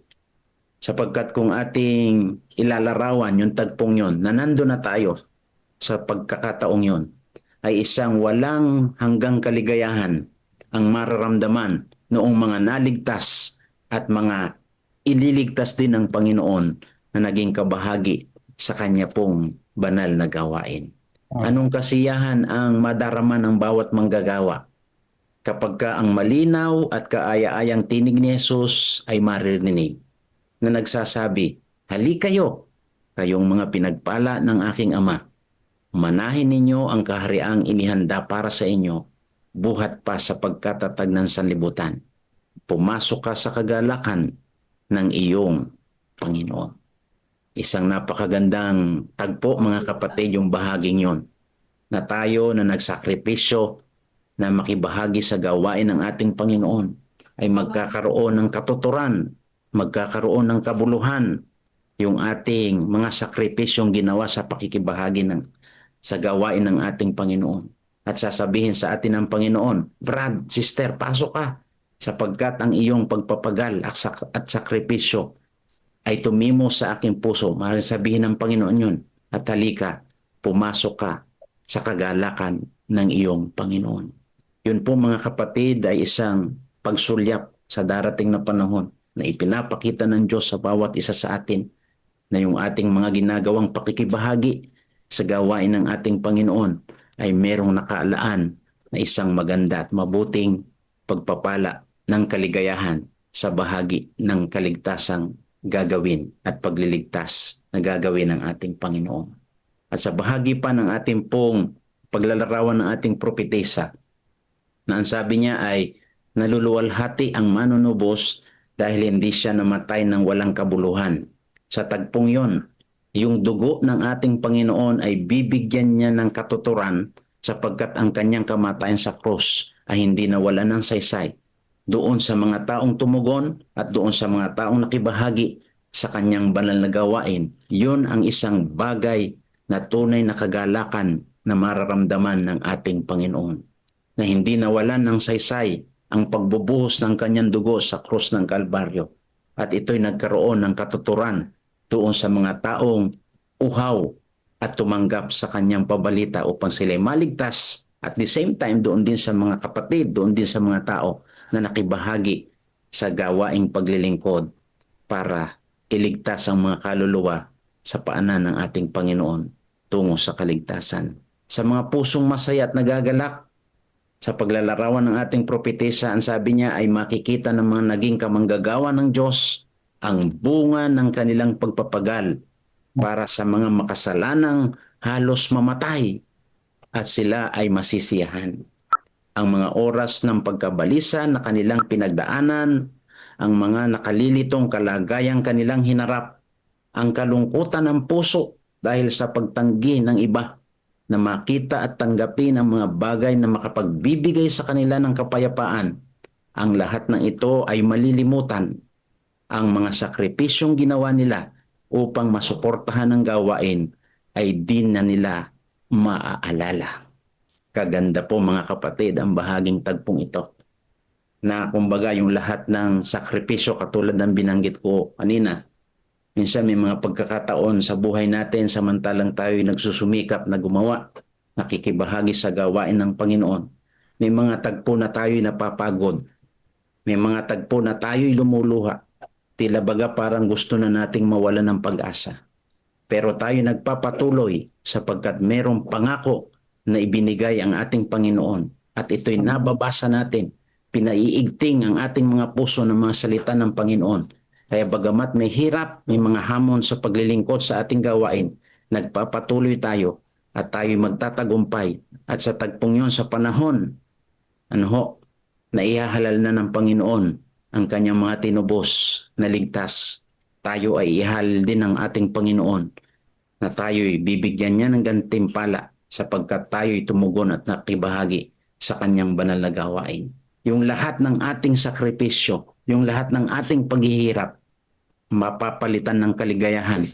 Ihihinga natin sa Panginoon na sasabihin natin, salamat Panginoon, sapagkat ako'y naging kabahagi ng iyong banal na gawain. Buti na lang nagpatuloy ako. Buti na lang nagsakripisyo ako. Sasabihin natin sa Panginoon at sa ating puso. At sa bahaging yon, ang sabi rito, papawiin ng ating Panginoon yung ating mga kapagalan at ito'y papalitan niya ng kagalakan sapagkat tayo po'y tumugon at sumuporta sa kanya pong banal na gawain.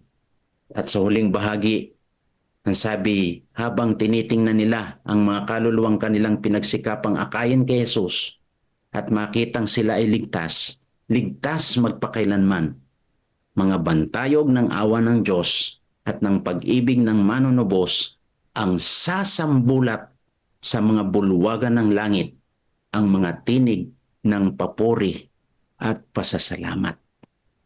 Mga ginigiliw ko mga kapatid, mga kaibigan, o anong laking kagalakan ang tagpong iyon na ating mararanasan. Na sa mga huling sandali ng buhay ng ating pagpapagal na ginawa sa sanlibutan ito, na sa tagpong iyon ay isang ibayong kagalakan ang ating mararamdaman at mararanasan sapagkat ibinigay ng ating Panginoon ang bunga ng ating mga ginawang pagpapagal. Harinawa mga kapatid, sa mga bahagi ng pag-aaral na ito ay patuloy na maging motibasyon ng ating pagtatalaga sa kanyang banal na gawain, ng ating patuloy na pagtugon at pagsuporta sa banal na gawain ng Panginoon. At sa darating na pagkakataon, mangyayari ang mga wikang nasusulat na ito sa ating buhay. Sapat nating kagalakan na makasama ang ating Panginoon sa langit na bayan. Pagpalain po sa ating mga puso ang mga bahagi ng mga araling ito na ating pong pinagbulay-bulayan ngayong umaga. Ito po ang aking dalangin mga kapatid. Praise the Lord. Amen. Amen. Maraming salamat po. Tayo po ba ay darako sa ating pong refleksyon. Tunay na napakabuti po ng ating Panginoon. Salamat po sa mga salita na ating pong narinig mula po sa kanyang lingkod, Pastor John Barido. Mga minamahal ko mga kapatid, para po sa ating pagpapatuloy, akin po kayong inaanyayahan na tayo po ay darako, mga minamahal ko, sa ating pong pananalangin, sa ating pong silent prayer and sa ating pong Acts prayer ngayon po umaga. Para po sa ating Acts prayer, hindi na po ako lalayo pa. Akin pong inaanyayahan si Pastor June para po tayo mamaya ay pangunahan sa adoration and confession prayer. At pagkatapos nyo po ang inyong lingkod naman ang magpapatuloy po para sa Thanksgiving at sa supplication. Akin po kayong sama-samang hinikayat at inaanyayahan po mga kapatid na tayo na ay dumako sa atin pong prayer ngayon pong umaga. Tayo po ay manalangin. Amen mga kapatid, na wala na yung ating reflection doon, ano? Pero sige lang, recap tayo. Actually, maliwanag naman yung pagkakadiscuss, ano? Maganda yung lesson natin at naunawaan natin lahat, ano po? At bago tayo manalangin ay atin munang balikan pa unti-unti, ano? Teka lang, nagbubukas yung camera ko. Ang tagal bumukas. Di bale, ganito, ano? Sabi dito, yung pagbibigay ay bahagi ng ating paglilingkod, mga kapatid, ano? So yan, kapag tayo nagbibigay, tayo ay naglilingkod din, ano? Sabi nga, hindi lamang daw yung mga mangaral, yung mga misyonero, yung mga may gantimpala, kahit tayo din ng mga nag-aalay ng ating mga oras, mga talento, ng ating mga kayamanan, tayong lahat ay kabahagi ng paglilingkod at yan ay kabahagi ng kagalakan ng Panginoon. Nagagalak ang Panginoon kapag tayo ay nagbabahagi ng ating oras, talento at kayamanan. Ano po? So yan, ano? Yan. Ba't na ba nawala natakpan? Ayan. Tapos pangalawa dito, sa pangalawang punto, sabi, ang tunay na gantimpala ay kaluluwa. Ayan, ano? Kapag yung ang isang kaluluwa ay nadala sa Panginoon, yan ay isang gantimpala, ano? Sabi dito, ang pinakamalaking tuwa sa langit ay ang makita ang makasalanang magsisi at maligtas. Nakita niyo po mga kapatid? Kagalakan ng kalangitan kapag makita niya isang makasalanan na magsisi at maligtas. At lahat ng ating sakripisyo ay may katumbas na kaluluwa na nadadala kay Kristo. Kita niyo po mga kapatid, kapag tayo nagbibigay ng oras, lakas, talento at saka ng ating mga offering, ang ating pananalapi, tayo ay nagdadala ng kaluluwa kay Kristo, mga kapatid. Kabahagi tayo dyan, ano? Point number 3. Ang sakripisyo natin ay pangsamantala lamang, ano? Ang kagalakan ay walang hanggan, mga kapatid. Kagalakan ay walang hanggan. Ang hirap, pagod at luha sa paglilingkod, lilipas yan, mga kapatid. Nakakapagod, ano po? Talagang naghihirap tayo, no? Ngunit ang gantimpala na makita ang mga kaluluwang ligtas ay magpakailanman. Napakasarap makita, ano po? Makita ka ng kaluluwang na naligtas, ano? Na bautisman. Sabihin mo, praise the Lord. Kasama ako dyan. Kabahagi ako dyan, ano? Number 4. Tayo ay tinatawagan na maging bahagi ng gawain, mga kapatid ko. Lahat tayo wala exempted, ano? Sa anumang paraan, tinatawag tayo. Inaanyayahan tayo makiisa sa misyon ng Diyos, mga kapatid. Ang ating maliit na bahagi ay mahalaga sa malaking plano ng kaligtasan. Anumang klaseng bahagi yan, mga kapatid. Oras, talento, kayamanan. Yan ay kabahagi sa gawain. Ay ang hamon sa atin sa araw na ito, mga kapatid, sa umaga na ito, ay hindi ang tanong sa atin na tinatanong tayo na hindi kung ano ang kaya mong kung kaya mong bang maglingkod ng malaki o maliit, ano po? Hindi tayo tinatanong na kaya ba nating maglingkod ng malaki o maliit, kundi kung handa ba tayong maging tapat na kabahagi ng gawain ng Diyos, ano? Upang maranasan ang walang hanggang kagalakan kasama ng mga tinubos niya. So hindi tinatanong sa atin kung handa ba tayo maglingkod ng malaki o maliit, mga kapatid. Kundi handa ka bang makibahagi sa gawain ng Diyos, ano po? Kung ang sagot mo ay oo, mga kapatid, ang lesson na ito ay patungkol sa ang pagbibigay ay bahagi ng paglilingkod. So dapat marunong ka rin magbigay, ano po? Ang masakit, mga kapatid, yung tithes nga lang. Yung tithes kasi hindi pa yung pagbibigay, no? Baka mamaya akala na iba pag nagtatithes sila, nagbibigay na sila. Hindi po. Ibinabalik pa lang natin yan sa Panginoon. Ang pagbibigay yun yung offering, mga kapatid. So ayun, ano? Kailangan muna nating magbalik bago tayo makapagbigay. Ayan. So yung mga kapatid, na yan ang hamon sa atin. Tinatawag tayo ng Panginoon na tayo ay makiisa sa paglilingkod, sapagkat ito ay isang kagalakang walang hanggan sa langit na bayan. So ayan, ano po, tayo manalangin mga kapatid. Hindi ko na nabasa kung meron kayong mga reflection dito. Pasalamat po sa aking kagalingan at patuloy po nyo ko isama sa prayer. Salamat sa Diyos. So ayan, ano, nakararamdam ng kaunting karamdaman si Nanay Nerissa at yung kanyang likod ay sumasakit nung nakaraan, di ba? Pero ngayon ay okay na. At ano pa, sa taas, tanging pagsunod po lamang at pag-ibig sa Diyos upang tayo ay hindi niya pabayaan sa buhay. Tama naman, ano? Teka, wala na. Okay, tayo rin naman ay manalangin mga kapatid. Let us pray na ipanalangin natin ating mga sarili na maging handa tayong tumugon sa panawagan na ito, na tayo ay maging kabahagi ng paglilingkod sa pamamagitan ng ating pagbibigay ng oras, talento at ng ating mga kayamanan. Ano po? Let us pray mga kapatid. 30 seconds silent prayer and then I will continue. Tayo po ay manalangin.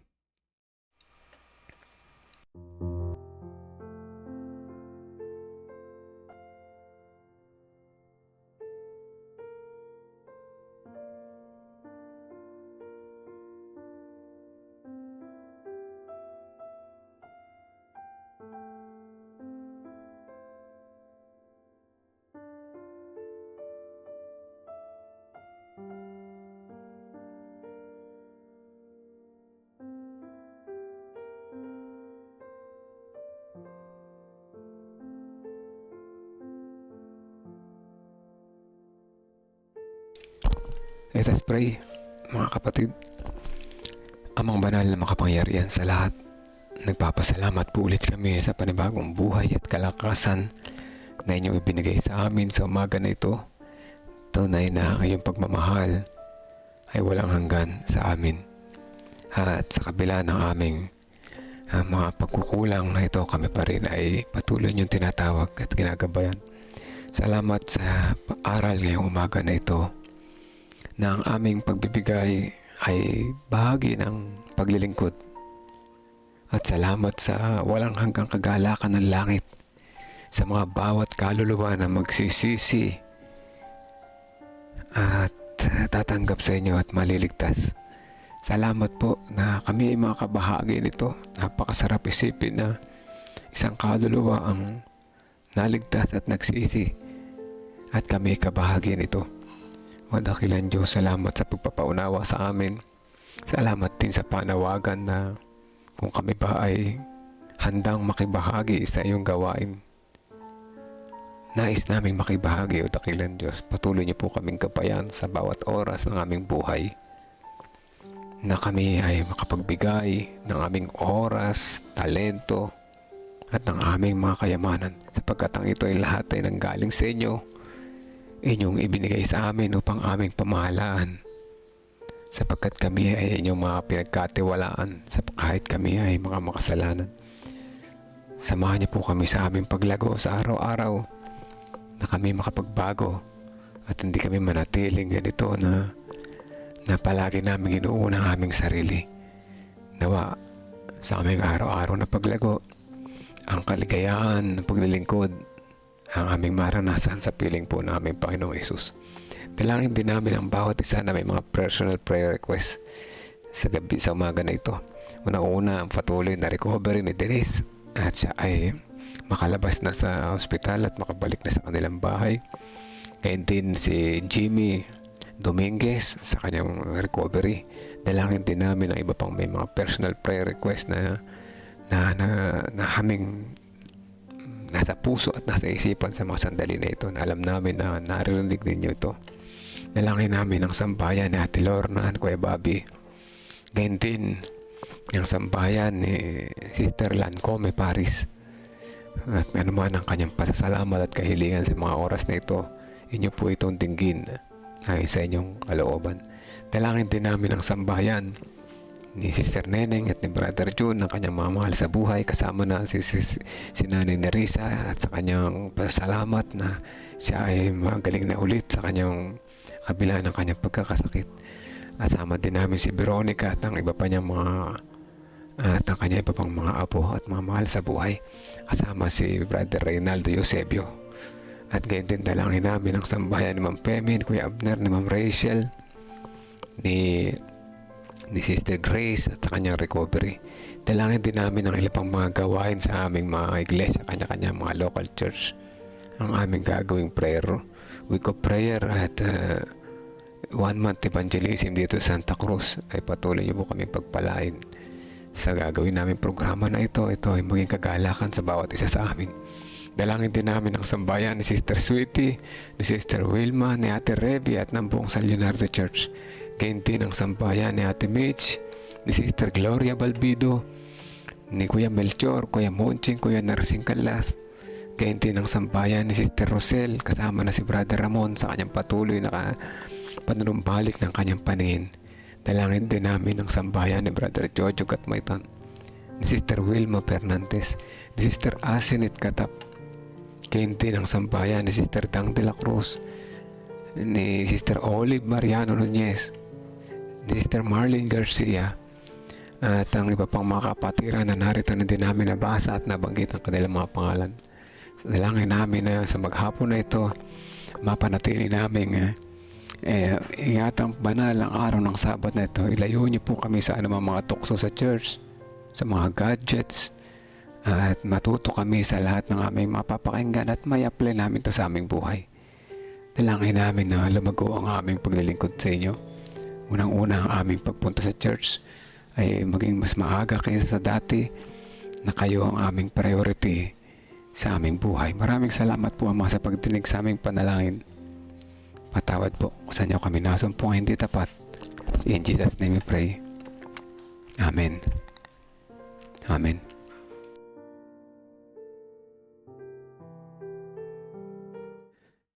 Amen mga kapatid. Happy Sabat po ulit sa mga kapatid ko na narito ngayon, na 18 mga kapatid na narito ngayon, at welcome ulit kung nandiyan pa si Sister na wala si Langcome Paris. Dati natin itong nung una-una pa lang yung ating devotion kami ni Pastor Melvin Alabanza. Ayan, active doon, tiga Maynila ito, pero nawala na siya kanina, nandiyan.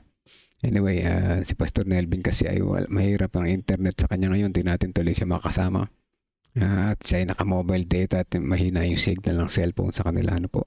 So, baga nami-miss natin tuloy si Pastor Melvin, One day soon, makakasama ulit natin siya. Kaya sa mga nag-response, maraming salamat po. Happy Sabat po, 5:42 ng umaga. May oras pa para gumayak ng mas maaga. Mga kapatid, kung nakaraang Sabat ay na-late tayo, nawa ngayong Sabat, huwag tayo ma-late sa church, Agahan po natin mga kapatid, maging example tayo. Maging example tayo sa church ng maaga dumating. Di baling tayo lang yung nandun, basta dumating tayo at saka natin sila encourage. Mga kapatid, tayo na po, agahan po natin ang pagsamba para maaga rin tayo matapos at makita natin na excited tayo sa pagsambahan po. Sa mga nandiyan sa live, sa nag-response, salamat po. Happy Sabat sa inyo lahat. Sister Wilma, Sister Dang de la Cruz, Sister Neneng, Nanay Nerissa, Sister Marlene, Ate Mitch, Sister Sweetie, at yung mga nandiyan hindi makapag-type. Sige po, alam ko kayo gumagayak ng almusal. Mapagpalang umaga po sa ating lahat, and happy Sabat po sa ating lahat.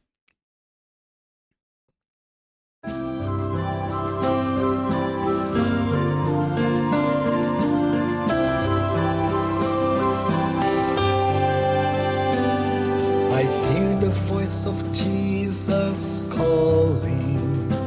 My answer is, I will go. I see the need of people crying. My answer is, I will go. I go to share the message of love. I go to share the blessed hope. But if I get discouraged, I call to Jesus' help.